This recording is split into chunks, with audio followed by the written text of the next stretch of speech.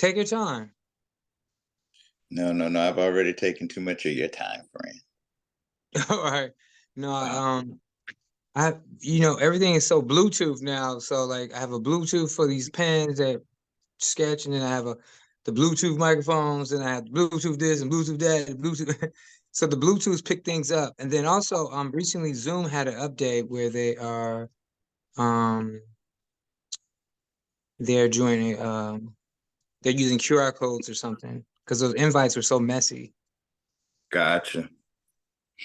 Let's see if I can.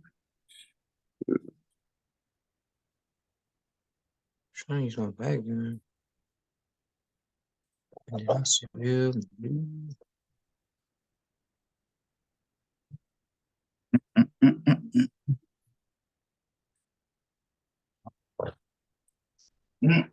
How you been, though? I've been good. Just running around like everybody else. Trying to stay busy and also trying to stay productive. I feel you. I feel you. Well, clearly you're doing that. Trying. Are you still in your same place where? Are you still in the same place in Harlem? It Yep. looks like. Yep. Yep. Yep. Same place. Nice. So let me know when you're ready. I'll give you a I'm second. ready. I woke you up. So no, I just wanted to sit down and talk to you, Derick, because I've known you for quite some time, and we had a mutual friend in common named Stefan. And Yes. yeah. Um, and can you tell me a little bit about how you guys grew up and how'd you know? Did you know him before LA or? No, I met Stefan working in Salon 50 North back in 2004. They placed him right beside me. And needless to say, if you know anything about Stefan, that's when all hilarity ensued, really. Right. And so, what was it like? Because you moved from the Midwest somewhere, right? No, I'm originally from Virginia. Oh, And that's right. yeah, and I was already feeling like I needed a change. I felt like where I was going to go in my life, not knowing where I was going to go in my life, but I just felt like I needed exposure because I'd been in this small town all my life. And I had a friend that was like, I'm moving to LA. She had just graduated law school. And she's like, I'm moving to LA and I want you to move with me. You should come with me.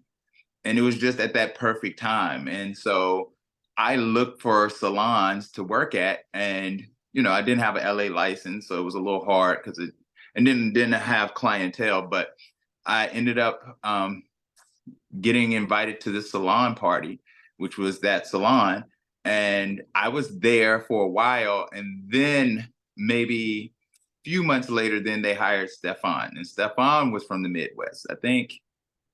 I forgot where he was. Indianapolis. Right. Yeah. And then I know that for us, I forget how I met Stefan. I don't know if I met him at an event, from being in the entertainment industry, but I know that Stefan, he passed away all of a sudden, right? And I know Yes. that, yeah, and I know for me that was a really interesting time. But fast forward, I mean, slightly back up, before he passed away, I know that I always kept seeing you in his car. And Yeah. he had some kind of truck or something, and I was laughing Yes. all the time. He had a burgundy Cadillac Escalade. And since you're bringing him up, Stefan was just very grand. If people really want to know who Stefan was he was an amazing hairstylist first and foremost, and he did work with celebrities. He used to be Samore's hairstylist. He had a bigger than life personality, so he was much more than just a hairstylist. He had been on a show on Bravo where they Tabitha Salon makeover or takeover rather, where they would take over people's salons and redo them. And so he was a hit on that. He had been on a couple different reality shows just because his personality was just that big. And that was right at the time where reality TV was huge. Yeah, when it was massive, like that's when Mhm. almost like right after the Kardashians, right? Yeah. And then also with you, when I met Actually, it was you, before the Kardashians, to be honest, because Kim used to at that time, style Brandy. And so she would come into the salon because Brandy was a client at that salon. So actually, it was even before the Kardashians. So this is Kim Kimball, correct? No, Or this Kim is a lady named Charlene Allen. Charlena Allen. That's right. She had a short Mhm. haircut, right? Yep. That's right, because that was on La Cienega. No, yep, yep. Yeah. Right across from the Stinking Rose. Yeah. Right below from the Oh Beverly Center. yeah, that's right. And Laurie's. So Yep, yeah, so yep. for me, my $150 haircuts I got from Stefan. Oh yeah, for sure. Stefan loved you though. I just want you to know that. Like he adored you. He thought you were the greatest, and he would mention you and be like, "Oh, I'm hanging out with my boy Vaughn." I'd be like, "Okay." And at that time, you were you were the guy to see. You know, everyone knew who you were because you did your little bunny hop. At that time. So you stood out. So it was like, okay, look at Stefan hanging with the big time people. Oh, all right. Wow, wow. Thanks so much. But I know that for you, I noticed a transformation. I know sometimes I saw you and I know you wore a lot of black back in the day. You used to wear a lot of black, and I remember you wearing like a lot of do-rags. Oh, well, it was probably just because I just at that time in my life I was broke. I went to LA with $700 in my pocket. I have the typical LA story. So, and just basically living out of the dollar store. So black was simple because, it Mhm. it worked either way, whether you were poor or rich. Either way, you look like you were just a simple person. So yeah, black worked. And so, what is it? Can you describe for us living out the dollar store? What's that about? Like, just break that because down. because that was like where I could afford food, like where you could you know, get you some cereal, get you something small to eat just so that you're not completely starving and spending all your money. Because I literally was living in a 1 bedroom apartment, started out with a 1 bedroom apartment with one roommate, but it ended up with two girl roommates. And I was living on a mattress. I didn't have money to buy anything. So I was living on a blow up mattress in the middle of the living room. And I had my clothes out of a cardboard box that I had brought from Virginia packed up. So yeah, the So, what dollar store just meant able to eat. in the dollar store? So, what was it like? What sort of culture shock did you go through growing up in Virginia and going to Greta High School? I believe was it Gretna, Gretna? Gretna High School. So what was the culture shock? You know what? I think it wasn't a lot. The biggest culture shock was just the fact that it was so many beautiful people. Um, it was everybody with these huge dreams that you were surrounded by. If you were a dreamer, you were surrounded by dreamers and people that believed that they were the next star. So it was somewhat encouraging. At the same time, it was also horrible.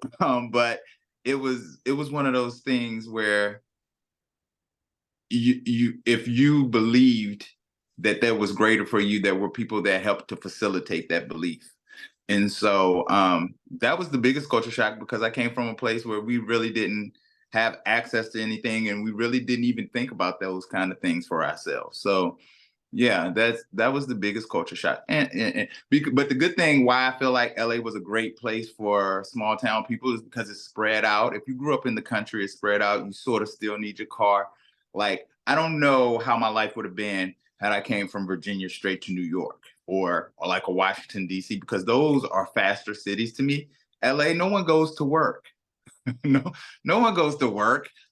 Everybody's chill. People want to go to the canyon and work out. So it wasn't LA to me is only fast if you hang around fast people.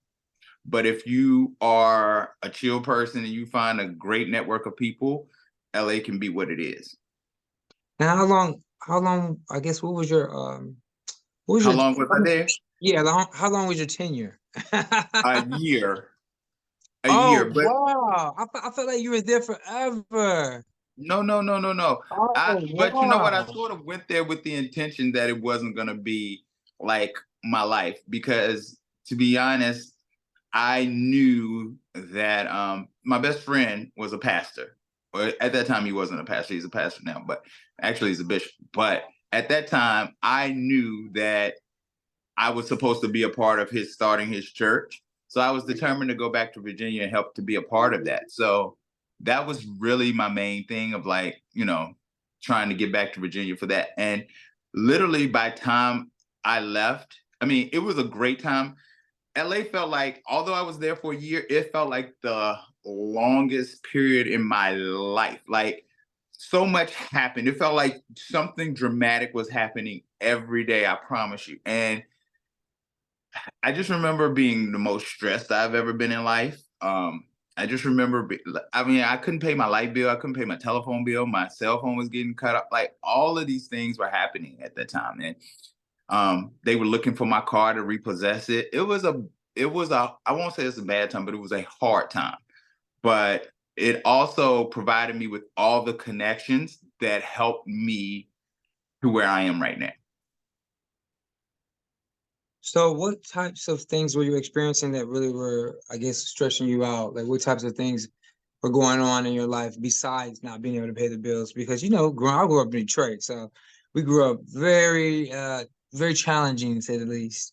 Right. Having parents in and off of alcohol and substance abuse, and it was just very interesting times. And I know for me, I didn't have a lot, but for me at the same time, I think I I went to a safe space in my mind. I created Mhm. this little paradise, so to speak, where I felt like I was, like I knew that those needles on the ground, at 11 years old, 12 years old, those are needles not because somebody needed to go to a doctor. That was needles from a junkie. And so for Right. me, that wake up call when that's in your neighbor's driveway and all that stuff, that's a big wake up call for me. But I don't know how I did it, but I escaped. I think I meditated low key. And a lot of Mhm. times I can't remember what I did too because it was traumatic, you know. Mhm. Very. And I feel like sometimes I have to like kind of like allow myself to talk to a person like yourself that's more relatable and accessible. And you like to me, you don't put on a lot of front. So you always made me feel safe, you know? So Thank you. when I hung out with you guys, All I right. always felt really safe with you guys because you guys made me feel like I was safe, and I didn't feel like, for me, I just wanted to be around people that were real, and that, I knew we had accents compared to people in LA. We had these real Southern draws. Right. Right. Right. And so I felt like, so when I hung with you guys, it was just so fun. And then we always did fun stuff. And then, Yeah. so for me, I didn't have that really growing up in Detroit either, because my parents were one parent was working, one parent wasn't. It was just a lot. But for me, I wrote poetry, if I can recall, just anything I can do to get my mind off that, even study or stay at Right. school late, just to go and get my mind off things. For you, um, what kind of things were going on that you felt like you were so stressed out, or that was really beating your brain? I mean, besides the financial, which was huge, um, it was also the trying to learn people. And I was a small town boy. I'm not gonna lie, I was super green. And I was a small town boy, and I just thought, if people said something, I believed it. I always felt like people didn't have a reason to lie, so why would they? Mm. And failing to realize that people lie for sport. People lie just because it's fun to them. So I would meet people and they would sell me dreams. Oh, I met this one guy and he was like, "Oh yeah, I just bought the rights to the Biggie movie. And you know what? I'm gonna put you on it to work." And I remember calling home and telling people like, "Oh my God, this guy just told me he's gonna like, wow, things are happening for me here. Like I'm excelling." And it was just like, not so much. You know what I'm saying? It wasn't at all what I had thought it would be. And so yeah, it was definitely a um learning aspect. But so that stressed me out. Just it was not having money, but also just not being able to trust people. Even the place that I worked at the 50 North was not the first salon I worked at. I worked at another salon with this guy. He's passed away now as well. His name was Gerald. But Gerald was my cousin's hairstylist. So he was like, oh, sure, you can be the shampoo boy in my salon and to like sort of help, at least so you have some money coming in. So that's what I did soon as I get there, right? And he's so nice in the beginning. And then my cousin stopped coming to the salon. And then he just started doing these like random, like hater things. Like he would just all of a sudden, I would be coming there to work. Now, mind you, I got paid by the people that I shampooed. He started shampooing the people. So that meant I was sitting there all day with no work. So instead of just saying to me, hey, Derek, I don't want to work with you no more, or whatever the situation is, the man would let me come there to sit to then not give me any work. So it was that kind of like manipulative, conniving, horrible stuff that people would do that it took me a while to get like, oh, this is how y'all play. So I was like, oh, okay. So that became a thing. Like, and then just like, just trying to navigate who's your friend, who's not your friend, who is being cool with you because of what you do, because LA is very much so, and I'm sure you know this, that is that like it's based off of who you know and what you do. And so people, the one thing about LA is people never get rid of you and they're never honest with you. They, New York, people say, oh, they're the same, but I don't think so. In New York, if people don't rock with you, people don't rock with you. You know what I'm saying? Like there ain't no ifs, ands, or buts about it. Whatever they need, they'll get from somebody else. In LA, it's this, let me keep you around because I never know what I might need from you. But at the same time, I'm gonna play you as much as I possibly can. So that was a huge part of that whole experience for me. And so, it was great for me though. I don't take any of that stuff back. I appreciate it. It taught me, it just taught me how to use my discernment with character, pay attention to people, and also still try to make sure I was very determined that I was going to stay a pure person, that I was not going to let these people change me. And I will say I am so happy that I did accomplish that. If nothing else, that I walked away from LA is still being the person that I set out to be. Wow. Wow. I forget all about those times. You just Yeah. brought, you just Yeah, brought, because even though your experience, I'm sure, is the same. Like when you realize, and especially for you, because here you are, you're on a national campaign, and I'm sure everybody, and you're very attractive, so you having people come up to you left and right, and you're trying to figure out what their motives are. And if you're a genuinely nice person, you don't even think about people's motives. You know what I'm saying? You just think, oh my God, they're being cool, and then if they're wow. cool people, you know, but it's not always like that. Wow, that's interesting that you said that. Because for me, I just remember that I remember that I just always like I really enjoy seeing you guys, and I really feel like you guys were like I don't even know how it all how it all fell into place, but I know Stefan was like he used to love to eat, right? So he was a foodie, and I was a foodie too. And he was just like he was like, let's go get some soul food, and I was like, what soul food? There ain't got no soul food here. And so And he he would would know find where those places he are. would know where they were, and then he Hmm. would know, and he would also know about the church. And I think I do seldomly recall us going to church. Did you go to church with us once or twice, or that was it what was the Emmy church or one of those churches? I think I went. Oh yes, no, I did not go. I know exactly which church. No, but I did not. I did not go. I did not go with Stefan. I don't think. I don't Okay, think I might have though. To be honest, some of that is a I blur think to we me. went one or twice. Yeah, it was so good. It was It was at least once, maybe for sure. yeah. Because I'm sure for you, see, for me, it's so interesting that your whole the way everything went down with you. Because with me, I had moved from New York to LA. So I went Okay. from Detroit. I graduated from Cornell, but as a kid, I grew up in Detroit. So I went straight from Detroit to Cornell, and then as soon as I got out of there, I went to had a brief stint in corporate America, and then I kind of like I did my thing here, and I was with Ford and all this other stuff, and I just started working immediately and started doing all these campaigns and stuff, and just started working and had a great time, and I was taking acting classes, and I did tons of commercials and walk-ons and soap I extra remember you stuff. were on Ellen. I remember all of that stuff. Yeah, it was a lot of stuff. I don't think I was on Ellen, but You sure? You were on some talk show. yeah, it was a lot of talk shows. It was like a lot. It was all of them pretty much. It was like Carly. I forget all their names, but yeah, it was I Tonight thought it was Show. Ellen. Maybe I'm completely Yeah, wrong. it was all of them. The View. I was on The View. Oh, okay, Um, maybe that's what I'm thinking then. yeah, Jay Leno. I forget the names of these shows. And I forget the names because like you said, it was for me. I just really enjoy making money, and I really enjoy entertaining people, and I really enjoy the craft. Yeah. Um, and I still do enjoy the industry that I've created for me, and myself and my team and the people that I've been blessed to work with. And Hmm. so for me, I love it because it's a lane of its own. Because we do so many different things that we do auto, we do tech. I mean, I'm on a motorcycle right now. I've never could afford that as a kid. Right. Like it's just fun. It's like these little bikes that go like 70, 100 miles per hour and they're electric. And you can walk them up your stairs. I'm like, what? So it's just like I'm doing like a lot of cool things that, I never dreamed of doing. And then for me, that's all I like to do, honestly. Is I just really like to experience life.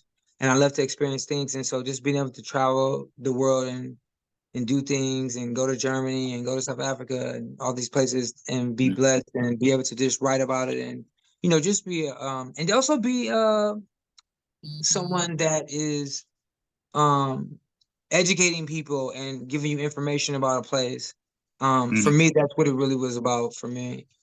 I think we all get, or some people we all, I'm sure I fell victim to it at one point. But at one point I was just like, I looked around, I was like, this ain't real, this ain't real. And then I remember that you were gone. So Yeah. when you disappeared, did you go back to Virginia or I did you? went back to Virginia. I went back to Virginia. That was when my friend did indeed start his church, the Ramp Church International in Lynchburg, Virginia. Wasn't in Lynchburg when we first started, but I went back. I uh, ended up working, getting a salon again because I had a salon. I closed my salon to move to LA. I reopened my salon, and I stayed in Virginia for 7 years after that. Now, mind you, again, it was going back to completely nothing, but it made me a big fish in a little pond. People in that 1 year, because of the people that I had just rubbed elbows with, people considered me to be something special. So people wanted to come to my salon, and I did learn techniques from working with them that we didn't do on the East Coast that they do on the West Coast. And so I was bringing all of that stuff back. I mean, even then, that was in LA, they always had natural hair. In New York and on the East Coast, you had to have a relaxer. You had to have the creamy crack in your hair because it was so hot. They didn't have humidity in LA, so you don't have to worry about that. And so, I was like, oh my God, I was learning how to do all of that stuff and bringing it back. So it made me, progressive in that way, and as far as when it came to my craft. But yeah, so that was my, and then the beautiful thing is the people that I met, Mhm. they all, not all the people, but there were some vital people. My friend Dorcia Kelly, my friend Marcia Hamilton, my friend, oh my gosh, she's over there today, Talia Parkinson. Those were all people that were instrumental as far as when it came time for me to move to New York. So Wow. And then when did you know you were ready for another shift in your life? When did you know? I I am one of those people, my I feel like my spirit starts to yearn for something. I actually feel like I'm in that space right now. But yeah, it's this where I'm not mad at where I'm at, but it doesn't feel like home. It doesn't feel comfortable. It doesn't feel like where I should be. And so but the thing about it is I didn't want to be in New York though. I was I had lived that whole LA experience was just a horrible experience. What I was thinking is the type of way I work now, I was gonna do it, but I was gonna do it living in Virginia. So I was just gonna travel a lot. I was gonna have that kind of access. And I was still gonna live in this small town, but still have this big time life. And what had happened was my friend Marcia, she wanted to do some Fashion Week stuff here in New York, so she had applied to an agency, and so I was like, oh, I'm gonna do that too. So I applied at the agency. They never picked me to do the Fashion Week stuff, but they would always pick her. And then what happened was they started sending me an email thinking that I lived in New York to be an assistant to this guy named Teddy Charles. And so because I always still wanted to stay current, I would take the jobs, even though by the time I traveled from where I was to here, I was probably losing more money than I was making. But so I ended up coming to I would come to New York, do the jobs, and after doing it for a few months, Teddy looked at me and said, "Hey, would you be interested in being my full-time assistant?" And I thought about it, and I was like, it was funny because, like I said, I had been sitting there saying, "Oh, I'm never moving to New York. I'm never moving to New York." And then he asked me this, and I'm thinking to myself, "Wow." I prayed, and I remember breaking down crying, and I was like, "Oh my God, I guess that's the answer. I think I'm moving." And literally within a month, I packed up and I was in New York. Wow.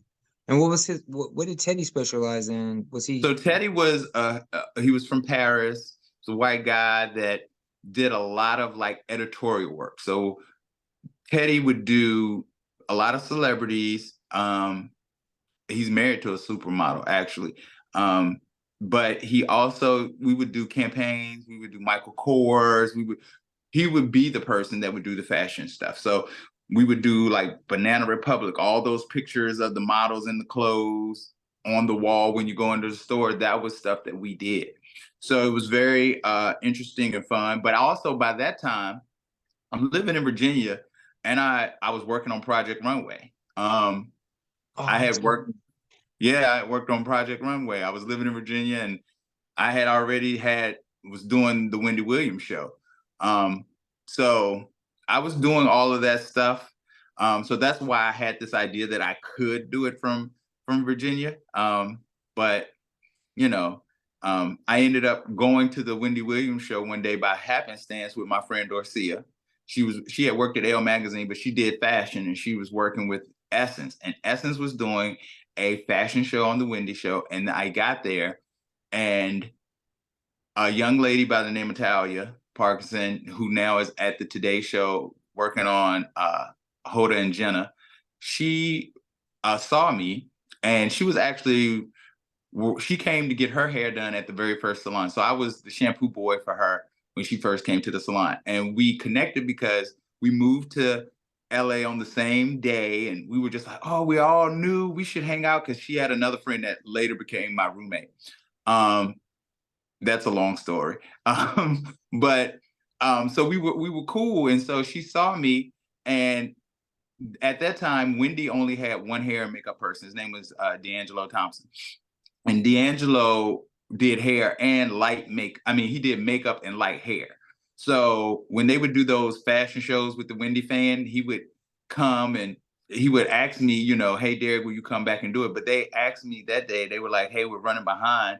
Can you come in and help with the hair? And I was like, sure. And so I did. And they were like, you're amazing, so we'll use you. So I was going back and forth. And because I had did that, it was this guy that I was following, because I wanted to interview him for Facebook. Like I wanted to start doing a show on Facebook. And I started following him. His name was Johnny Lavoie. And he used to do these e-news segments like what conditioner is best for your hair, whatever. And so one day I'm following him on Facebook a Sunday morning, and he posts that he's looking for people to be part of his team for Project Runway. And I say, hey, I'm the man for the job. And he says, listen, we're not putting you up in a hotel. We're not flying you. You need to be here. And I said, I will be there. Don't worry about it. Just give me the position. And so he did this whole thing of announcing it. And finally, I actually got the position. And so for a few seasons of Project Runway, I would come do the show, then go back to Virginia. And at the same time that Teddy asked me to move, Johnny reached out and asked me to do a full season of Project Runway, because before I was the first person to go home because everyone else was more experienced with the show. So, and plus, because I live far, it would be like, okay, so you go on back. But as they got rid of contestants, they would get rid of stylists. They didn't need as many people. So that was how it went. But that was the year he asked me, he said, I want you to be on the show for the full season and be my full-time assistant. So I had gotten two assistant jobs position. And he, what happened though, Teddy said he was okay with it. Teddy wasn't okay with it.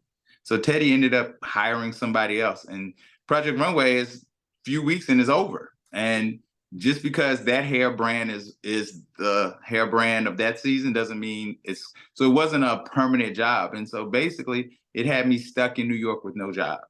So Wow. So now you're wow. So now you're stuck in New York with no job. How did you get out of that pickle?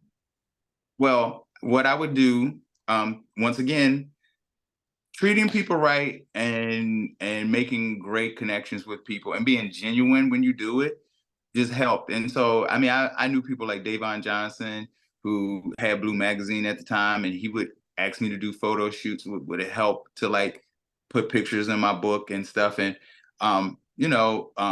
I met this guy named Valente Frazier, who's Tyra's makeup artist, and he connected me to Tasha Smith and Iman and Tyra and all these huge people. When they had these little holes where their normal people couldn't do them, he would say, "Hey, I have somebody for you."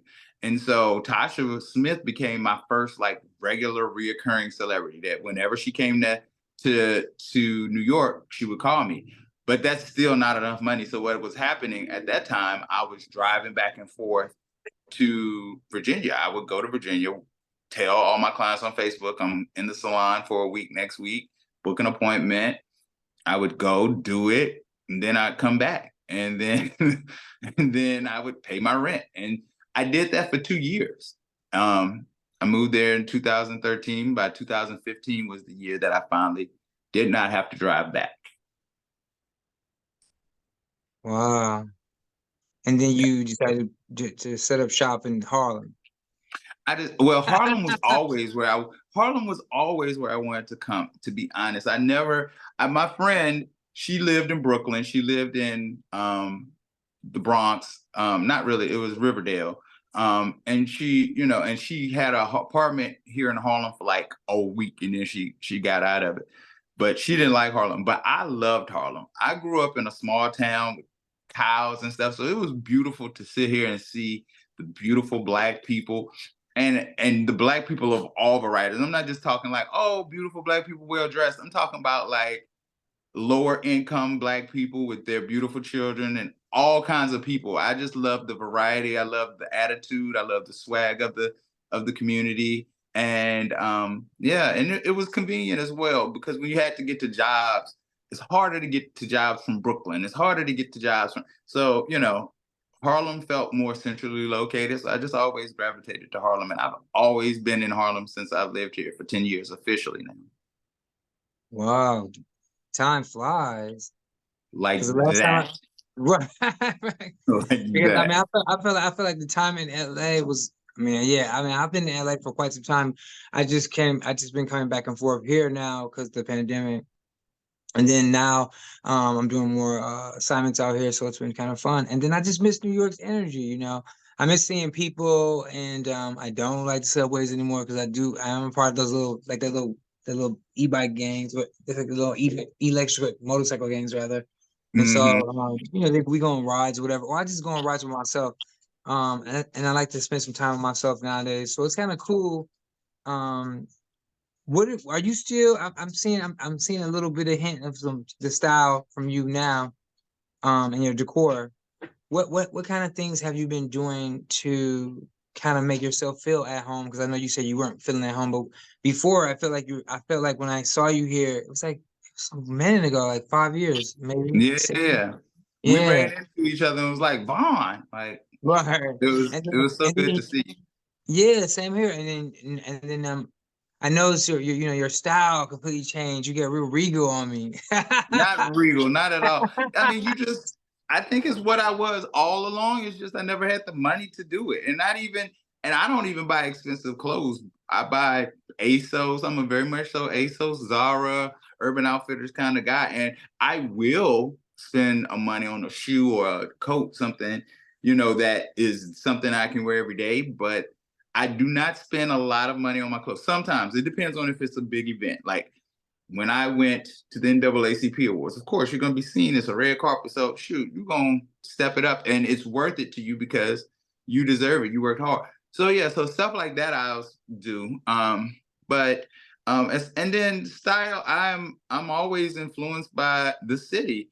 One thing I love about New York is you can walk down the street in a clear plastic bag with some J's on.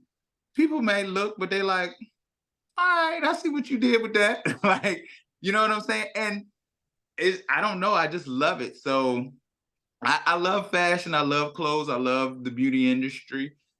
It does come with a whole lot of things, but I just love the creative side of it. I love the beauty of, and not conventional beauty, but just the way people imagination works with what they do with their hair and how they put on clothes and how their personality, like one person can wear the same exact thing, but just because that person has a whole different vibe about them, it gives something different. So I love all of that. So I've probably taken some of that in and sort of applied it to myself. And then how did you find your briefs? Are you still doing the View, right? Are you still working with I have been at the View now for 7 years. Yeah. So because 2015. So yeah, time flying, even it still time does. like It so does. wow, so 7 years. And then you were nominated for 3 Emmys. Don't steal from me. I was nominated for 5 Emmys. I've never won one, but I have been nominated 5 times. Wow, congratulations on that. Thank And you. then you're part of that the View's dream team, so to speak. What's her name? Your Karen friend? DuPiche. There's Karen DuPiche, which everyone pretty much knows by her hair and her mouth. There is our department head, which is Rebecca Borman. We have Doris Smagler. We have Rosa. I forget what Rosa's last name is, but we have Matthew Yates, who works with Sunny, and we have a guy named Joey. Forget what Joey's last name is as well. But yeah, so and Lynette Broom. So we have we have Dee Dee, we have a lot. So we have a full team, yeah. So it's been amazing to be a part of that. That was something too that I did not imagine. I went there with Johnny Lavoie because he was working with Rosie Perez at the time when she was on the show. I went there for a makeover cancer segment, and that's when I met Karen DuPiche and Yancey Edwards, who was the hairstylist at the time. And they were looking to make some changes. And so Yancey was moving on and they were like, hey, are you interested in being a hairstylist here at The View? And Johnny had already put it to me like, oh, they don't really pay, so he wasn't really interested because I was thinking to myself, like, Johnny, why don't you work there full time? He would do Rosie for the show sometime, but he wouldn't commit to it. And so I was like, why aren't you a full-time stylist? He was like, they don't pay no money. And so a lot of people think when that job came along that you instantly are like, oh my God, it's television. Yes, I want the job. But at that time, it was a funny time because my editorial career, like I was working a lot with Essence. I was finally hitting my groove, with different people and jobs. And I was working with Dark and Lovely as a brand. So it's great to have the consistent money, but I was scared that it was going to interrupt my higher paying jobs to take that job. But they asked me to come and work with Raven. And I went there, Raven Simone, sorry. And I went there to work with Raven Simone. And the first day we clicked. And when I tell you she was one of the most amazing people, she made going to work so much fun. And, between me, her, and Karen and Carlicia, which was her assistant at the time, and she had a stylist named Max. We would just sit in that room and just show off up until showtime. And it was so funny because Raven would say the best part about that job was just getting ready in the morning. Like she hated doing The View because she felt like she was a scripted girl. She was not, her life was not that life. So she's used to just having random conversations and not really being picked apart for what you said. And And what happened is The View is that, everything you say, you have to be very particular in how you say it and what you say and what you mean. And because be prepared to be shut down and talked about in the blogs or on news or whatever. So, And then you start working for Whoopi. But what was funny is for a month that I was there, Whoopi wouldn't even let me touch her. But I had did Whoopi before I had ever did. So one time they called me and they asked me, was like, can you do Whoopi's hair? I'm like, yeah. So I go to Whoopi's house, I do her hair. No one says anything. No one says you did a great job. No one says she likes you. No one says anything. So I'm like, okay. So then I look, they're going to the Oscars. Yancey's going with us. So I'm like, okay. So I don't know. I don't really know what's going on. So then they call me again. I do her again. No one says anything. I get the job and I'm starting to work with Raven, and the people there would be like, go by Whoopi's dressing room and ask her, is there anything she needs? And she'd be like, no, I'm good. And so for like a month and a half maybe that I was there, Whoopi wouldn't even let me touch it. It actually might have been earlier than that. And so she would just be like, no, I'm good. I'm good. And then one day she had an event at the Kennedy Center in Washington, D.C. And she came to me and she said, hey, would you mind traveling with me to D.C. this weekend? And I said, sure. And I think because I realized that your position in a glam squad is bigger than just doing what you do, and especially when you're a male, you sort of become, so I became like Whoopi's like protector and care, hey, you got everything you need. She had that. Not to say, she had her business partner, Tom, that travels with her a lot, but I helped with that, and I facilitated. And when they saw that, oh, wow, like he's helpful and he's not trying to do the most and he's cool and he just does it and move on and get out the way, it made it so that then they were like, okay, we can work with him. And ever since then, we've been rocking. Wow, yeah. And some of the looks you've provided for her are just like they're dope. Like the locks, yeah. I think sometimes you shave some sides of her head at one time. Well, she keeps her side shave. Oh, She okay. keeps her side shave. She doesn't like, sometimes it'll grow out a little bit, but for the most part, she always, it's because it's too much hair. Her hair is really thick. It's a lot of hair. So just to like alleviate that, she's had her side shaved since I've ever been there. So that was before me. And then what about her some of those locks? I know some of those locks they change colors. Sometimes they're kind of gray. Well, that was for a film she did called I forget, The Stand, I think, or something she was doing. And actually, I incorporated another loctician to do that just because it was way too much for me. Like, because she wanted extensions on top of the fact that we had to wrap her hair. And I just didn't even want to do it. So I was the facility, like I got the guy and put him and and he did it. And did a great job. And so she kept that for a while she was filming, but I've worked with her for a few of her movies. I worked with her for Teal, which was a passion project for her. I created the wig and all of that. I also worked with her for Tyler Perry's Nobody's Fool. And that was fun because they were trying to build the character. And, Tyler, it was a blessing because it was these interactions that I was being able to have where Tyler was coming to me and like, so what do you think? And, whatever you decide, I believe in you. So I remember coming there with like looks, and Whoopi was like, that one. And, and Tyler loving it. And then when the press came, people were asking about that wig in in her press tour. Like, so tell us about you and this blonde hair, you know what I'm saying? And she would give me credit and Tyler would give me credit. So that was a dope moment. And so yeah, and some other smaller films that she's done, we worked together and did. So yeah. So yeah, so okay, so that's pretty intense. And then let's rewind a little bit. I do recall when you had mentioned the Wendy Williams show that you did when I was was with you. You was like, I gotta watch this TV thing. And so I do recall that you were saying that you were a creative director for was it you said Dark and Lovely, right? Or I was well, I worked as a, they had like a squad. They would call us a squad there at Dark and Lovely. So I was working on that. And so then they moved me to like a spokesperson sort of thing. So I had been on the Steve Harvey show as a result, like giving Mother's Day makeovers and stuff like that. And yeah, so that was my position with Dark and Lovely. So it was dope to work with them as a brand. Yeah.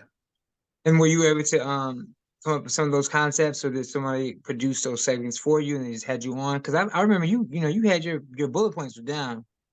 Well, no, yeah, but those are huge companies that are very, there are a lot of people that are part of that whole thing. There are publicists, there are people that they want to make sure everything you say, so there are lawyers that are involved in making sure. So no, it was way too big for me and for what I was able to offer. So I was basically just a puppet for them. As far as that was, I mean, I would give my input. Don't get me wrong. I would definitely be like, hairstylists wouldn't say this, or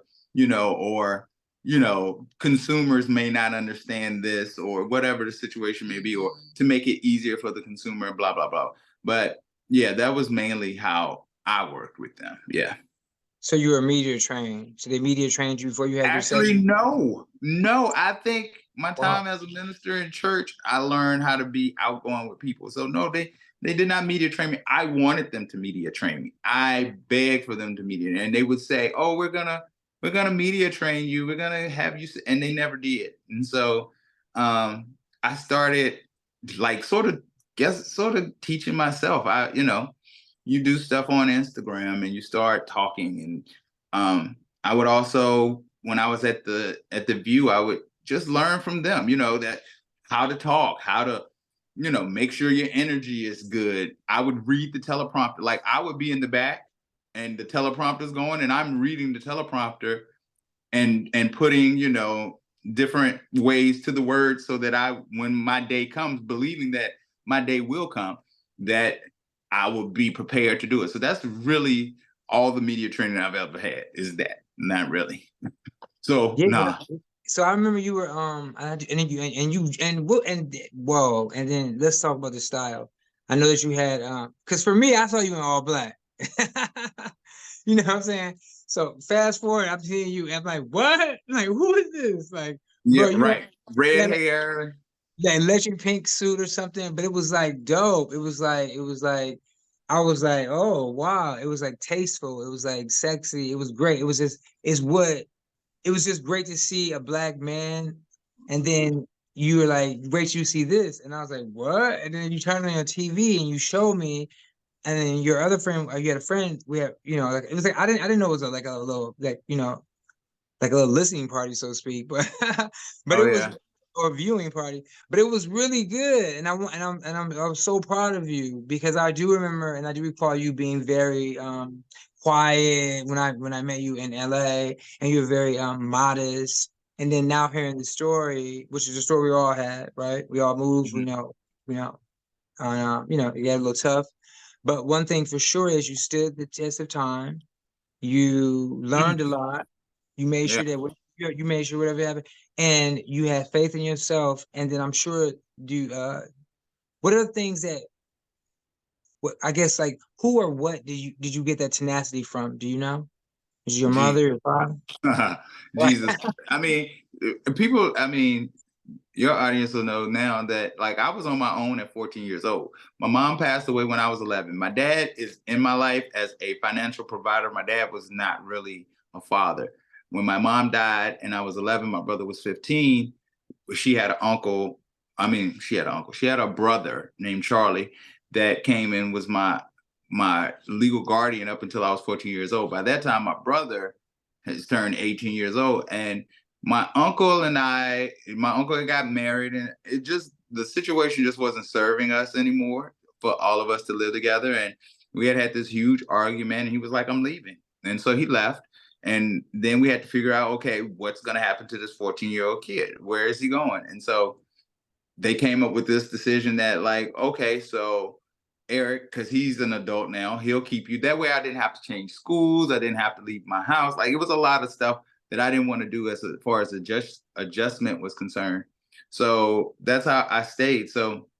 Um, so it was then, and then I met the guy that became my best friend, Shante Younger, and he was a churchy kid, and he like literally at 17, he would be like, "Go with me to Bible study," and I'd be like, "Don't nobody want to go to Bible study? Like I am 17, I am ready to go club, I'm ready to hang out."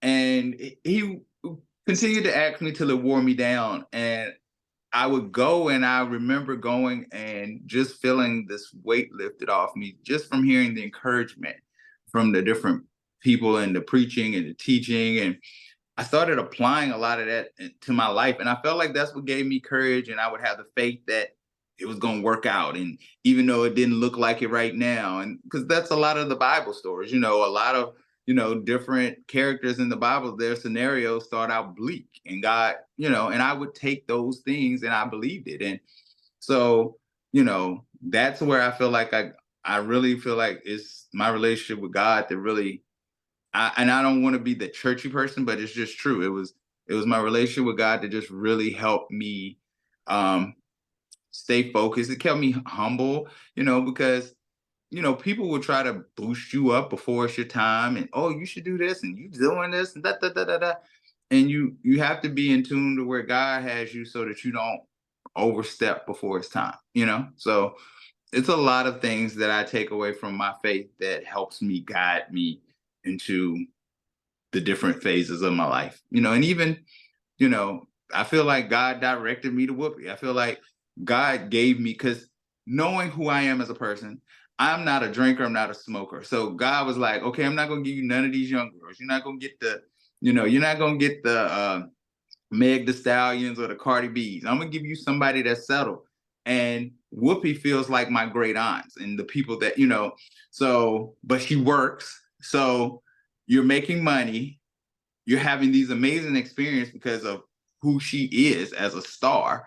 But at the same time, her character matches my character, and our vibe matches each other. Like we laugh and we joke. She's funny. We have a great time to the point that we hang out. We're not just like, I don't just like, oh, if I'm doing your hair. I literally have been to her, and I don't say this trying to be fun, but it's just that's our relationship. She invited me for Thanksgiving dinner in Italy, at her house in Italy. Now, I wanted to go see my dad, so I didn't go, but I wanted to see my dad, but I didn't go. But, those are the things that's where our relationship is. And so, going back though, I just, faith. What guided me? Faith. Wow, that's awesome. And it sounds like you believed in yourself and your preparation as well, right? Yeah, Um, I definitely believe that God, if God called me to it, he would see me through it. So I did believe that I had everything within me for whatever situation. Whenever God would bring me to a new door that felt overwhelming, because everything you do, you don't always feel like, oh my God, I can do this. And some things you're like, I'll never forget just doing the Steve Harvey thing. It was something I had always wanted to do. I'd always want to do a segment on TV. But I just remember by the time I got there, I was freaking out because I'm horrible with my memory. I don't remember stuff. And they had given me a script, and they were like, this is your script and this is what you got to say. And every word needs to be word for word because legal. And you're just like, ah. And so, but I got through it, and, it wasn't easy. And Steve, I will give Steve Harvey was amazing that day. It's funny when I see him now, he's real like, he don't remember, he don't have no concept of it. He did so many shows. But I was like, Steve, I was on your show. He was like, oh, oh, where? Like, you were? I was like, yeah. And I had to show him the picture. Like, oh, okay. It didn't even make no difference to him, but it was life changing for me that day, because he right. told me. I remember sitting there, and he told me, he said, listen, nobody knows what you know. And he said, these people are spectators waiting to hear you. And he was like, just do what you do. And he said, take your time. We ain't in no rush, and we'll do it. And it was just so reassuring because, he could have been like, look, y'all done sent this guy here that don't know what he doing, and da da da. He could have taken it a whole different way. And I've seen in other situations where stuff like that has happened, but that wasn't what he did. And he was great about it. And I'll always remember him for that, even if he forget me. So you think so at this moment, how does it feel because you've been surrounded and engulfed pretty much by people who are legendary, particularly Whoopi Goldberg. Whoopi Goldberg, is iconic. I mean, she's a trailblazer, and everyone, who's in anyone in the entertainment industry should know that. I mean, the Ghost, her performance in Ghost was, I would never forget that performance as a kid. Man, watch that, and I loved Demi Moore. I love that movie. It haunts me today. Oh, really? Yeah, it was a Yes, I great love movie. that movie, and I love Sister Act Part Two. Like I mean, Everybody loves Sister Act I 2. love that part too, and I just love those characters. And for me, I've always felt like Whoopi was just like from just watching her. I feel like she doesn't even act. I just feel like she's so brilliant, and I didn't really understand that because she was so lucid and fluid, and she just felt transparent. So you're around a person like that, and you're working with someone like that. How is that? Do you feel like that's what's the difference you're seeing in yourself since you've been working with her? Like, have you noticed any difference in yourself? In myself, I mean, I take a lot of things away from her. I mean, her humility is amazing. Like she has never forgotten where she comes from. She still remembers being that girl that grew up in the projects in Chelsea, So that is stuff that I take away, like no matter how big, and you know, there are people that are stars, but she is a true icon. When you can go, there's nowhere in the world. I work with L'Oreal. So after I ended up working with Dark and Lovely, I started working with L'Oreal Professional, and they would fly me out. So Egypt and Switzerland. And it doesn't matter where you go, everybody knows who Whoopi Goldberg. And so I can't even imagine what that is like in her mind to think that nowhere you go in this world, even in Africa, there are people, everybody knows her. So, and to still be that humble. I also took, I learned how to be tough because I think to myself, like what's funny is how people view her. Like I'm talking about the general public. When you go into these rooms with these executives and all these different people, she still faces disrespect. Like to anybody else, they look and they think, "Oh, she's Whoopi Goldberg. Like she can do whatever she wants. Whatever she ain't doing is because she don't want to." And that's not true. She wanted to do Sister. She's been trying to do Sister Act 3 for since I've known her. Since I've Mm. known her. And when I known her, she was already telling me she had already been trying to get it off the ground. And people telling her, nobody wants to see it. No one cares. And then Yes, you they turn to do. now 2023, and there are people in Italy, singing happy birthday to her, not even knowing she'll see it because it's in Italy. And they're doing a whole segment on their morning show about her, wishing her happy birthday in the habit, performing Sister Act songs. So, I learned that, no matter how big you are, people still will disrespect you. And so you have to know who you are. You have to let it roll off your back. She's not a person, she's really sensitive. So I take a lot of those things that I've learned from her. And it does make me have a respect for Black women and Black women in the industry. Mm. Any Black woman that gets anywhere in this industry, my hat's off to you because they don't make it easy for them at all. And even after you get some type of small amount of success, they still don't think you're worthy. So, And what if you can? What was one of the most, I guess, egregious situations or things that happened that you witnessed that really that really shined some light onto, even though she will be Goldberg, they still don't.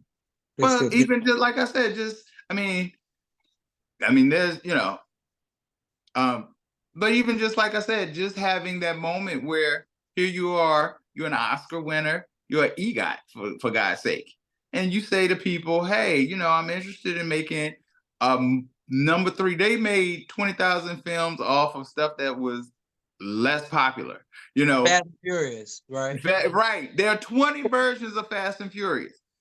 But here she comes and she says, "Hey, I want to do another Sister Act." And they said, "Mom, not so much." To me, that right there is egregious because I'm just thinking to myself, like, are you serious? Like, you know, and just still, you know, That that movie is iconic.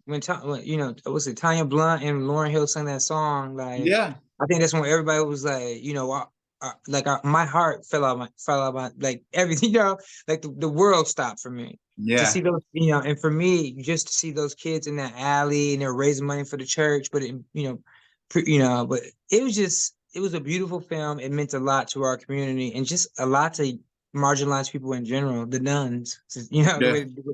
the way the priests are treating them. But so I wish and I hope they wake up and do that. And I Oh, do they're doing applaud. it. They're working on it. It's coming out. Yeah, because we need that. We need Yeah, it.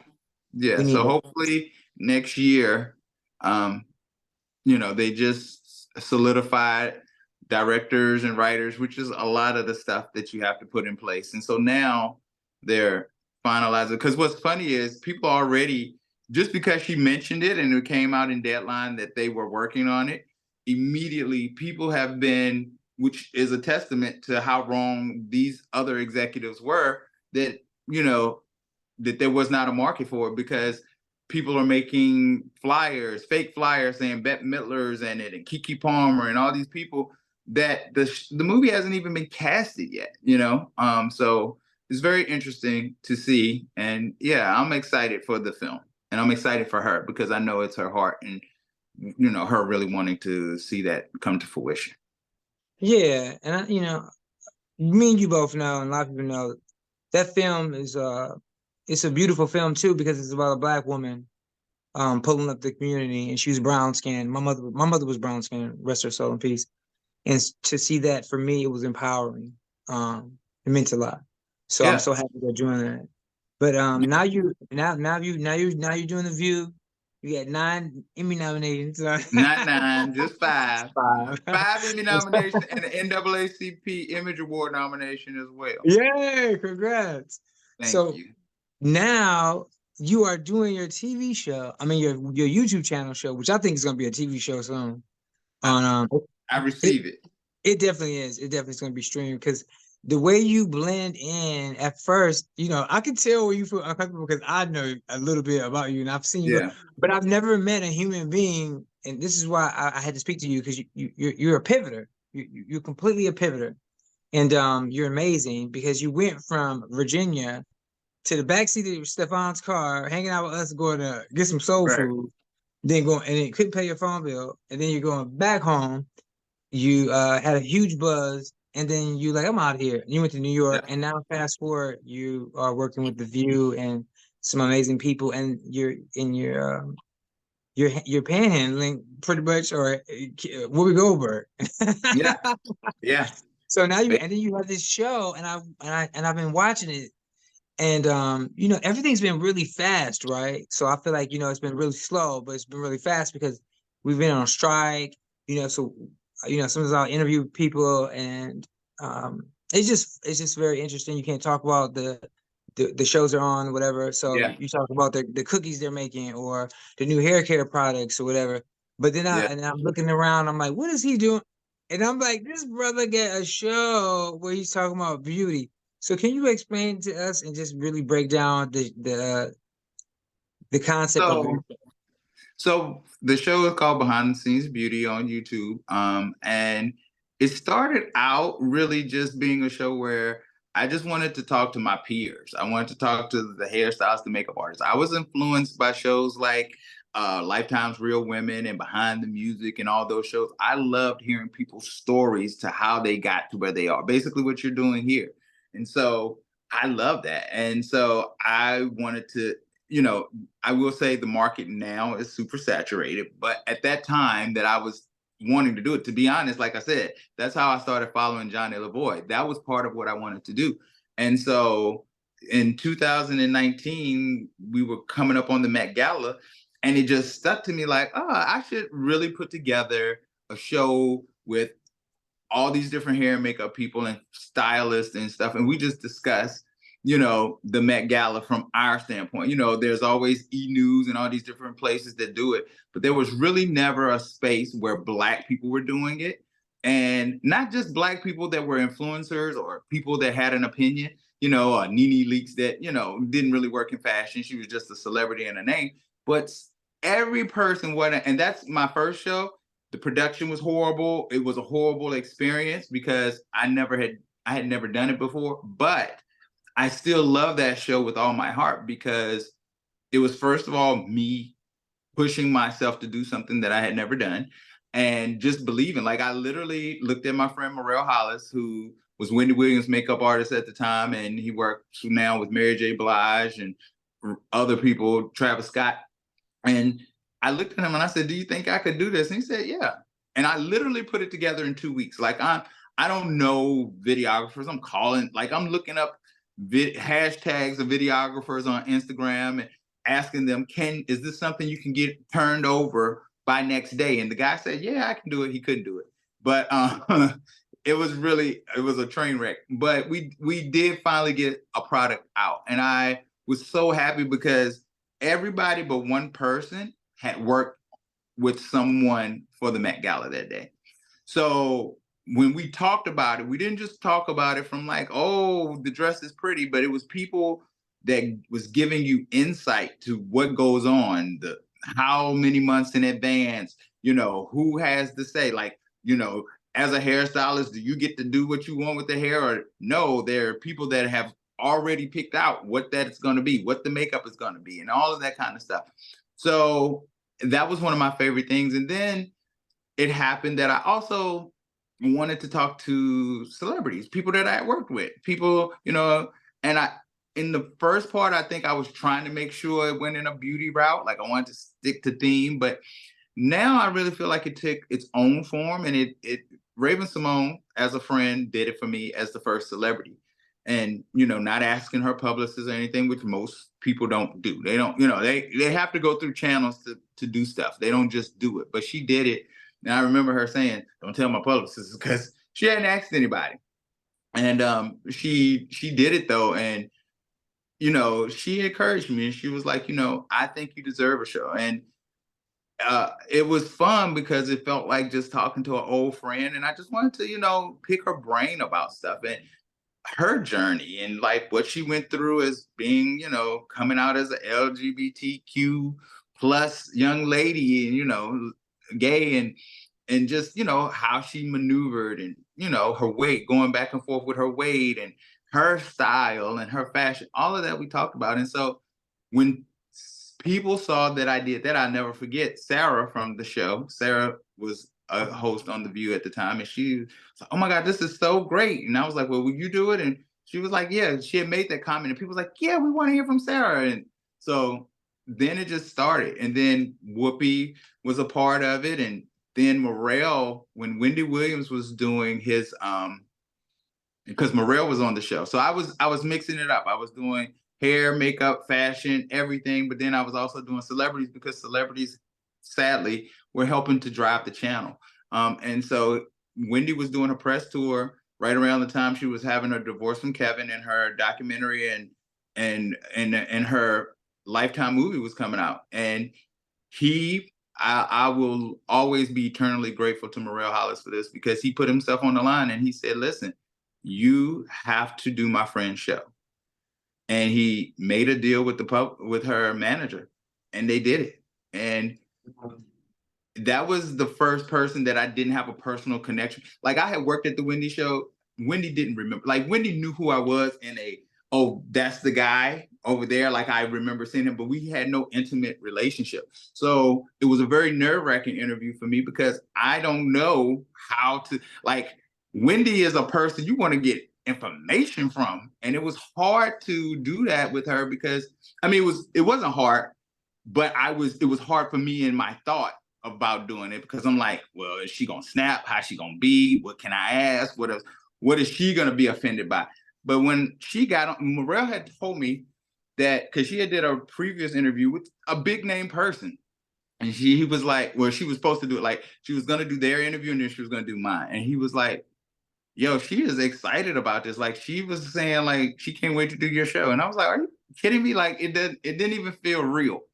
And I remember just like getting on that Zoom because COVID was there in at the time. And so she was much like, hey, like the ball's in your court. Let's do this interview. And it was one of my biggest interviews. And then Kenya, I had asked Kenya, and Kenya Moore from Atlanta Housewives came, and she was like, hey, I'm coming to town to New York. I'll do your show too. So those were like these two huge interviews back to back that really helped to propel the channel in a lot of ways. And it gave me credibility with, I mean, Whoopi. So you add Whoopi and then Wendy and all these people. And besides Jennifer Hudson, my friend Amari pointed out to me, besides Jennifer Hudson, I have had every Black woman that's in daytime TV. I just did Tamron Hall last week. So I I love have, that. So when I I've saw interviewed, that, yeah, I've when I saw interviewed that, all the Black women in daytime TV almost. so I love Tamron Hall, and I've been secretly trying because we do a lot here. What we do, because we do original artwork at 360, and we do everything. We're trademarks. We're also, Congratulations. I saw your artwork. It was beautiful, by the way. yeah, thank you. And so So if you we don't do if you don't already know about Vaughn's work, make sure you go on his page and check it out. right, thank you. But bro, like you said, I just been busy. So when I saw Tamron, I said, no, he doesn't. No, he don't. Because I love Again, Tamron, but I knew it was inevitable for you. But I had to well, make sure that I was watching you enough to make sure that, I was waiting to see her with you, and I saw it, and I knew it was gonna come into fruition because I've seen you grow from the first show, like you said. Because I love Raven. I mean, yeah, I love her. She's so cute, and she makes those little faces. And she's so mhm, I love her swag. So I yeah, remember, yeah, she makes you feel comfortable. I've only met her once. We probably don't remember each other, but it's something about her that makes you feel comfortable, right? And she is an so, amazing person. yeah, she makes you feel Ain't safe. nobody better say nothing bad about my Raven. But I saw that, and I was like, what is he? And I'm thinking like, whoa.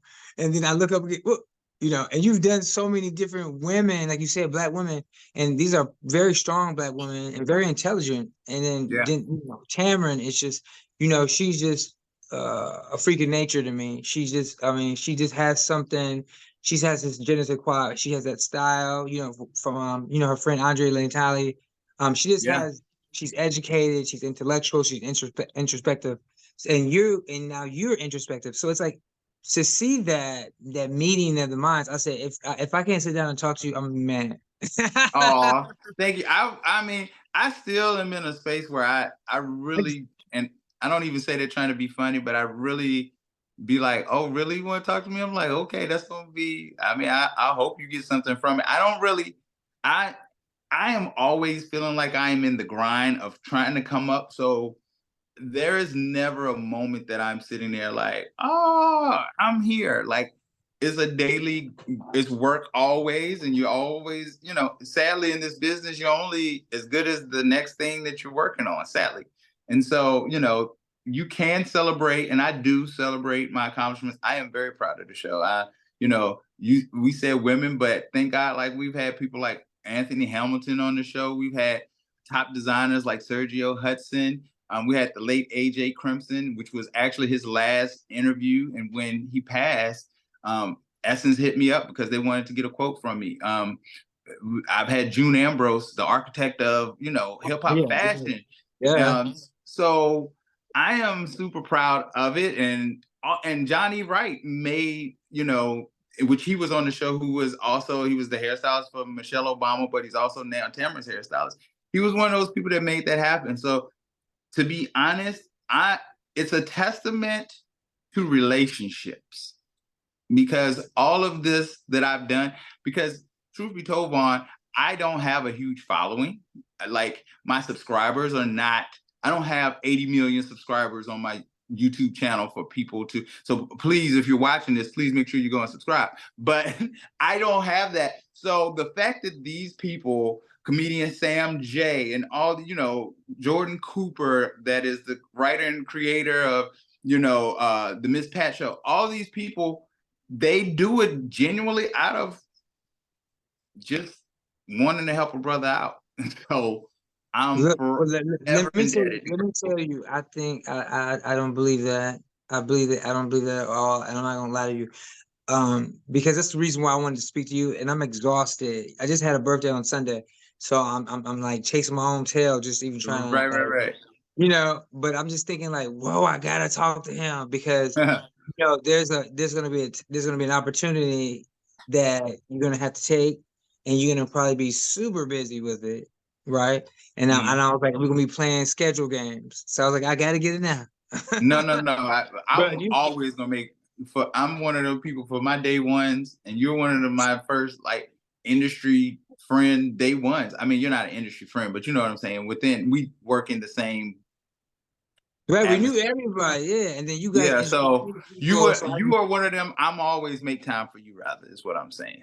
well, the one thing I think is so good about you that makes it so much more interesting is that you're genuine. And I think that that's what really, and people don't also realize that we also see past the social media, and that now America needs to get back, and it's true. We have some cybersecurity issues, and people don't really talk about those things.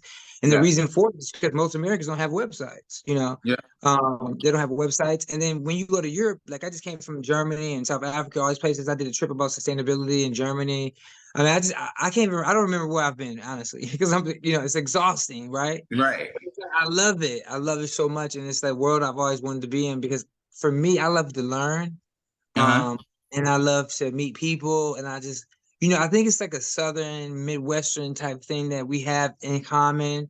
And all of Yeah, our friends when we were hanging with Stefan is that we love that yeah, energy. I didn't even know we didn't even talk to each other or something. We just sit in the car and I was like, yeah, I just loved it. It was just like yeah. so it was a breath of fresh air and it was a relief and I was able to sigh because you're constantly being ridiculed or you have to go to those auditions. It's like, like audition for what? To Right. be a thug or some little loser. Like I went to Cornell and graduated in 3 years. Like I didn't pay that tuition to get to that school by I had to do that on my own. Yeah. So it's like I paid for that.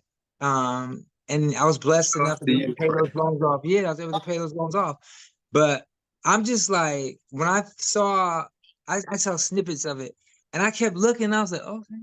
But what it is we're in a very interesting time right now where these algorithms and also just just some of our I would say some of our brothers and sisters, and whatever you can put that in any kind of way you want to put it, but I feel like we're not supporting one another as we should.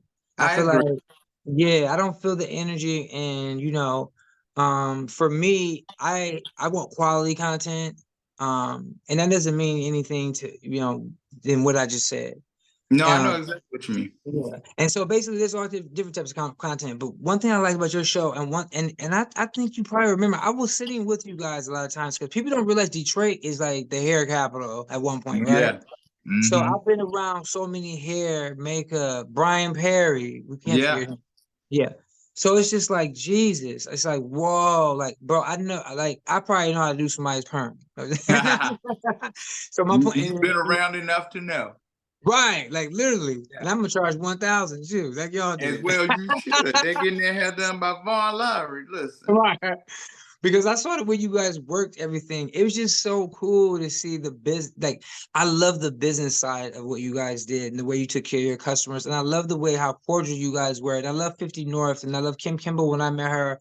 And I saw the way she treated she, she was so nice. She asked me if I Yeah. want some water. It was just like I might need to get my hair cut here. I'm just coming to see Brian Perry or whatever.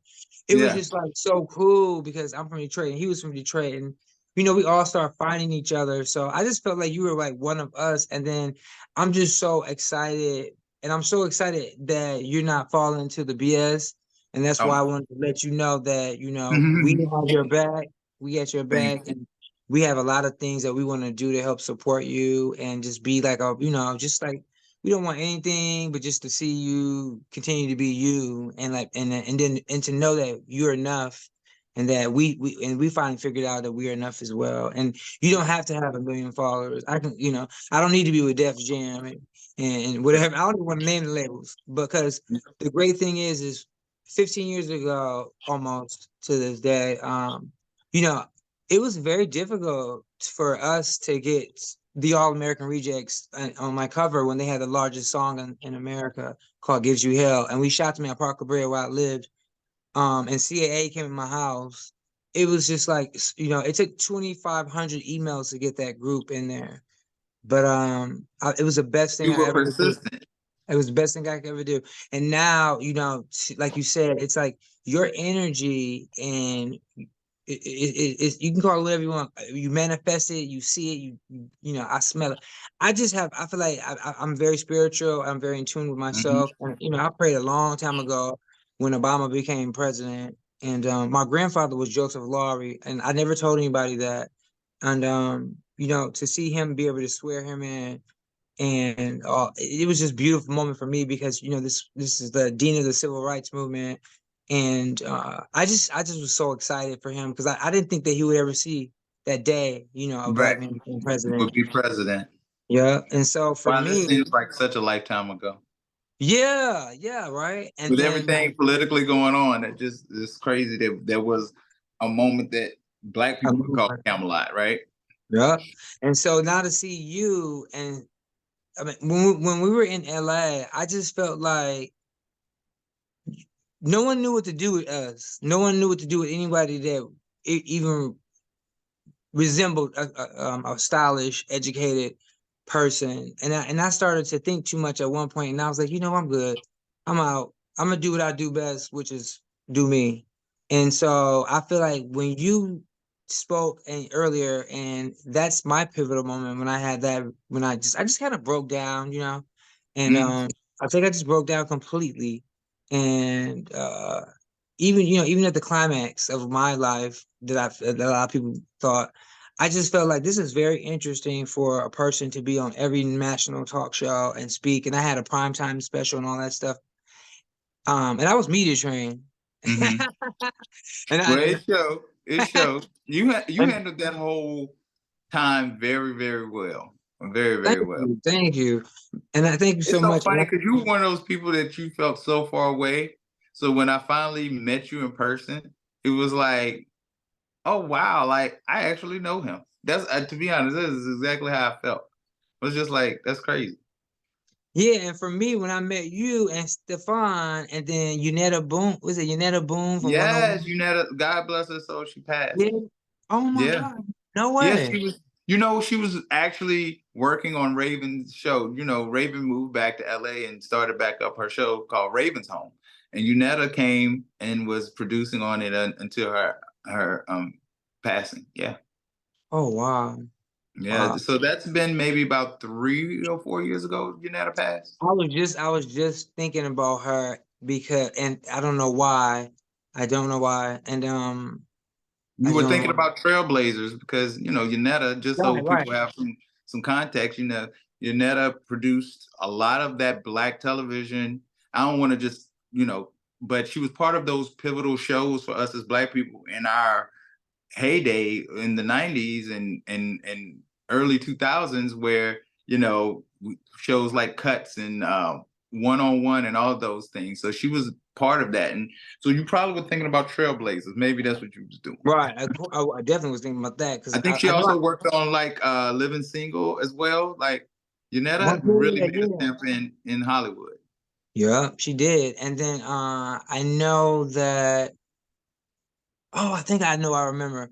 I was in my phone, and these phones with these Guardian accounts or whatever you want to call them, they keep doing these numbers forever. And now the phones we have now, they go up to 1 terabyte of storage, like the hard drive. So I was like, I saw Stefan's number in there. So I was Yeah. like, whoa, whoa. And this was literally like the other day. And I was just talking to people about like all of you guys, like random people, because you guys really, really made me feel special and you made me feel seen. And I thought I that, don't, that's so crazy to me because Vaughn, you like I mean, you had again that I remember that particular campaign, but after that, it wasn't the only thing you booked. I mean, you are a working model, which is hard for Black models. You know what I'm saying? First of all, and then you had this national campaign just because of your personality. your smile, your exuberant energy, and then you're just all you're doing is just doing what they tell you to do and hop around. You're just doing your look, and it took you for to all these many places. And so that's interesting to me that having that type of notoriety, you felt some type of comfort just with us. Because to be honest, people that don't know, Stefan was a heavy guy. Like Stefan died of a heart attack. He was a very big guy. And here I am. I'm not LA. I'm very country. I have a Southern twang. And at the time I don't dress. We were misfits. We were not the in crowd. We were not the socially accepted, and everybody was excited to see us. You know what I'm saying? So that's interesting to me that you found No, because I feel like I was with so many people, and trust me, you already know. I think the great thing about one thing I love about myself is I'm a transformer. right. So You I be have to like, be. I'm like, and it's just I was like, and everybody's like, what? I'm like, this is I mean, it's not a show. I just be going. I can go in and out. I can hang with this person, hang with that person. And so for me, I just love that energy of being able to switch it up. But like you said, like in LA, it's like I just felt like, okay, I'm tired of talking about what agency you would and who your Yeah. agent is and what audition you got on Tuesday and how many pills you gonna pop tonight. I just didn't feel Yeah. like doing that. And it was wearing me down. But I still, I still live there. And I just come back and forth. I just have a very interesting my circle is 360. And Yeah. we created we have an ecosystem. We always have people that are, intellectuals and college educated people and of all races and nationalities and sexualities. And then, and we just all come together and we've created an ecosystem. We don't do cohorts. I'm not trying to recruit you and, tell you what to do or give you a grant and then find out what your numbers are. It's Right. just a lot of things going on right now that, I think it's very smart that you're doing what you're doing and keeping it small, but it resonates with us. And I'm here to tell you, welcome to the club, Well, because thank you. I appreciate it. because being a ghost book is what we call ourselves. We're like a ghost book. People don't even know what that means, but let me break it No, down to I was you. gonna say, explain to me, what does that mean? A ghost book is pretty much like a ghost bar, a ghost restaurant. It's a very exclusive club that Ah, we're like the cool kids, but we just really misfits, like you said. you We're know cool what though? I nerds. know that is a perfect explanation, because looking and with the access you have to, you just recently did the thing with Reebok and the shoes, and I got the shoes, and I thank you for them. And I was just like, he really has a lot. Like, you are that boutique in guy that really just is moving and shaking. You know what I'm saying, and doing your Right. thing. Yeah, and then it's been such a blessing too. And that's what I was telling you. And you obviously you're on a fast track, which I'm super happy for you because I I don't mean feel that. I no, don't feel you that fast, friend. I know. It's about to get faster. Watch, it's about to get faster because like what happens now is that we're gonna show people just from just being real and honest, and they're gonna feel the energy that I feel right now and that you feel. And that's what's most important. And then one thing about us is that we cover all gamuts, so we're not just we're not just a digital magazine. We Right, right, cover, right. we have a print issue, we're QR coded. We're doing a lot of innovative things. We're in Barnes and Nobles. So I'm super excited because it's a You great should be. time. It's a great time, and then also we like I said before, we produce our own artwork. We style, we're very skeleton crew. So like Mm. you already know, it's and I'm just so happy because this is what when I was a talent, really hardcore. Um, and I got to model all around the world. Like it was so amazing, London, South Africa, and we do all those things. America's Top Model. Oh, I forgot about that show. Yeah. Yeah. Yeah, Merc Mono. But it's just been so cool. But I noticed I was like, damn, this is so crazy. The one thing I noticed is it's like you're in a class by yourself and trust me, and it's crazy. It's so fun to say the least. And it's so gratifying when people like, when you need an email out of the blue, like it's just amazing. I work, being able to work with brands like Rolls Royce and Yeah. actors act like bro, I'm just super excited. Like, so I've seen what you're doing, and I love the quiet storm that you bring. And then, you know, Tamron Hall is like, I love Tamron Hall. I just love her, like her energy. I love her, like her broadcast journalism career is so respectful. And I've had a lot of friends in that world. And just like, and then she was genuinely really excited to work with you. Yeah. Um, yeah, you know, and I think Yeah. that's, you can be happy about that. And so I'm I super, was. yeah, yeah. So I'm super happy for you. So Thank you're in a class by yourself, and I just want to let you know that it's not about, it's, you already know the numbers are when people come to you. When you have Sharon Stone and you have all these Hollywood legends coming to us, it's like Yeah. you're asking us to help present them to the world. That's when you know that you're doing something right. And so I just want to say, man, oh, pat on your No. back. Here's your Right back bouquet. at you, friend. Right back at you. I see you. I Oh. see you. So You are seen. yes, you are seen, and you are, and it's like, you know, they call us, because we're celebrity wranglers, right? Mhm. You're what they call a nano influencer. No. You're a nano influencer, and we're the most. They consider us to be like those. We're you know, nano influencers from a PR standpoint. If you ask any of your PR friends at Rogers and Cowan or PMK or any top level PR firms, they will tell you that we're the ones to watch out for. We're very dedicated to what we do. We're hard workers and we're meticulous. We dot our T's, we cross our, you know, we do all that. I mean, dot our T's. Oh, backwards. Dot See our that? eyes. Yeah, I know what you meant. I know what you meant though. I was following. I didn't even catch it because I But the was great, following. right, right. But I think it's so cool because like you have a skill set, like Steve Harvey told you. So all through your journey in this conversation, I've taken from you is that you've been encountering people who've been giving you little gems, so to speak, or little like Hansel and Gretel, little pieces of, you know, bread, and you just Yep. happen away. So I'm just super proud. I'm so happy that I get that I got that I met you before they did. Exactly. That I met you. you knew I me met you. when. Am I- So, is there anything else that you're working on that you want us to know before we go? I think this is a wonderful conversation. I think a lot of people, there, you know, you really taught and you really show people this is like one of the most amazing conversations I've had. And I'm so glad I've been on this journey. And I do not feel that this market is oversaturated because we bring something so different. I mean, I don't even know. I've probably done over 150 podcasts in 8 months. I'm exhausted. You Um, should be. That's a lot. yeah, and it just been for shits and giggles. I was doing it as a phone call because I didn't want to, you know, I didn't want to remember everything, like you said, and then Hmm. it became like, oh God, I have to say, show myself. So like, you know, You you know, already people know. want to see you. You know, people want to see because the thing about it is you do not age. You look the exact same. You look amazing. So Oh, thanks, man. kudos. Because I think you as well. And I love like the fact that I didn't had no clue that you had this much style because when I saw you, I mean, you was like a little homeboy, and then I I couldn't researched you afford it. tonight. Yeah, I researched you tonight, and I saw that you had them same black clothes on, and when you were in Virginia in like 2017 when you went back home or something around that time. And then, Yeah. but I was like, oh wow, but you had a different stance, and Yeah. it was a local paper or something that did a story on you. Yeah. So yeah, and I was like, wow, you owned your own salon as well. Yeah. So I just really appreciate you sharing your information because I feel like as a culture and as a group of marginalized people in the world, we need to figure out ways on how to work in tandem with one another and not against one Yeah. another.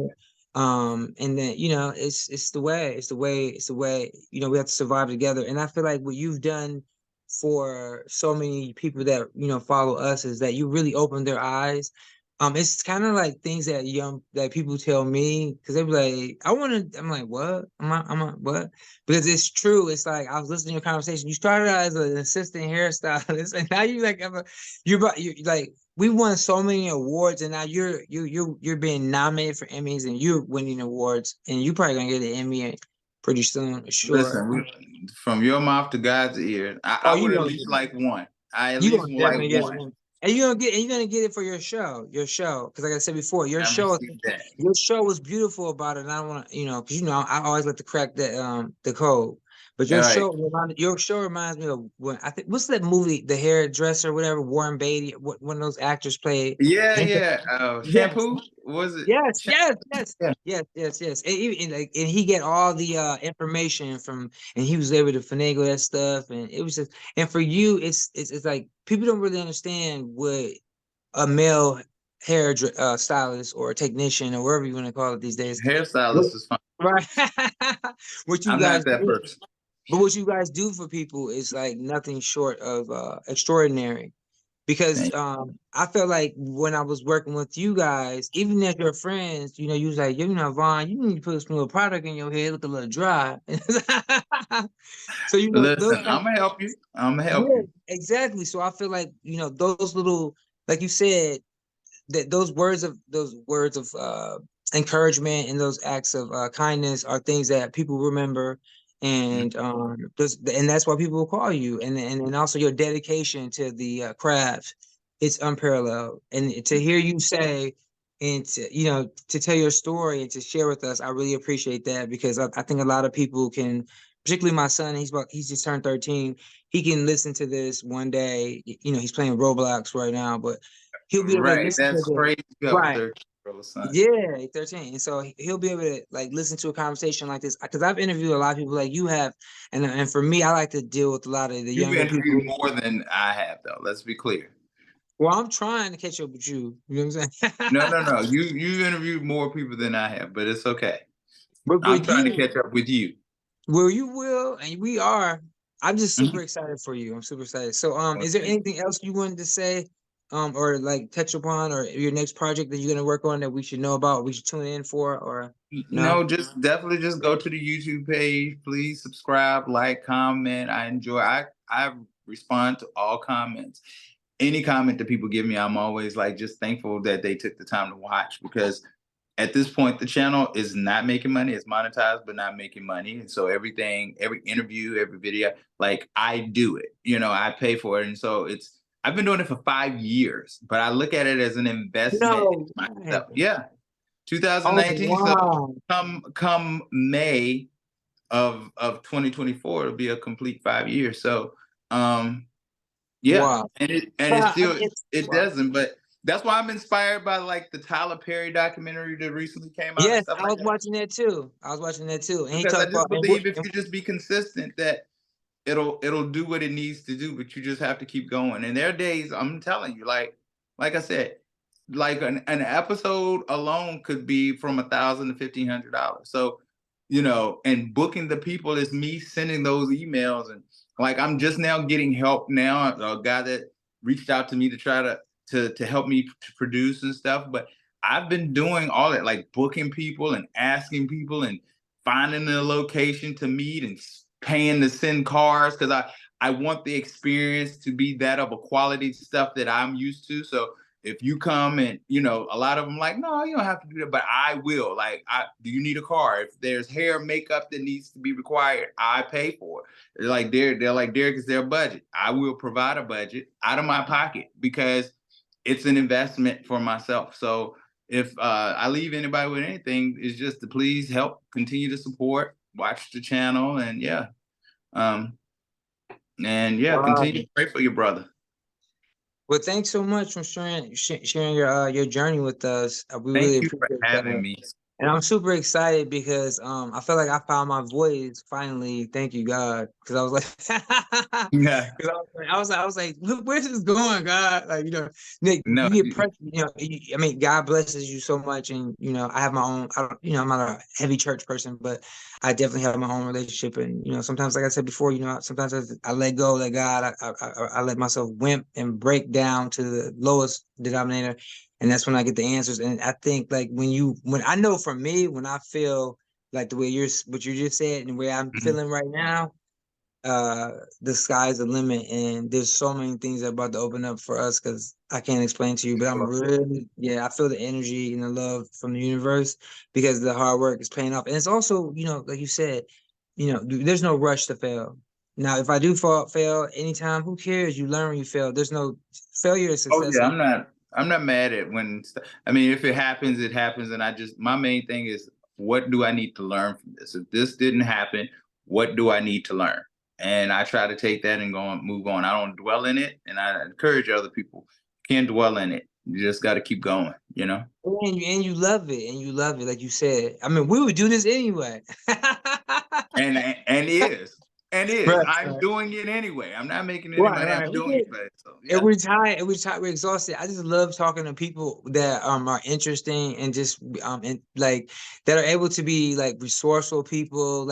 yep, You, you would I would you would never be broke. You would never be broke. You obviously because you just that kind of person, and you yes, surround yourself and people love you because you're just a mover and shaker and you don't take yourself too seriously. And I think that's what makes you so special because you don't take and you always are having an open heart and like you said, like you really want to help people, and I think that's really you need to focus on that and be happy yeah. because it's coming, bro. Because Well, like the world, thank God, the world has moved to a different direction. This hard reset has yeah. woken us up. So I definitely hope so, for sure. Thank you all so right, much. That's definitely encouraging to me. I appreciate it so much. yeah. So You are a part of the breadcrumbs, friend. right. You are a part of the breadcrumbs right now, So cool. So hopefully I'll be able to hang with you soon. Thank for you so much sure. for hanging out with us. And this was a great conversation. I'm super excited. You are the first person that I really got down with in terms of this whole like from the I guess the beauty world. Oh That well. so you're the first.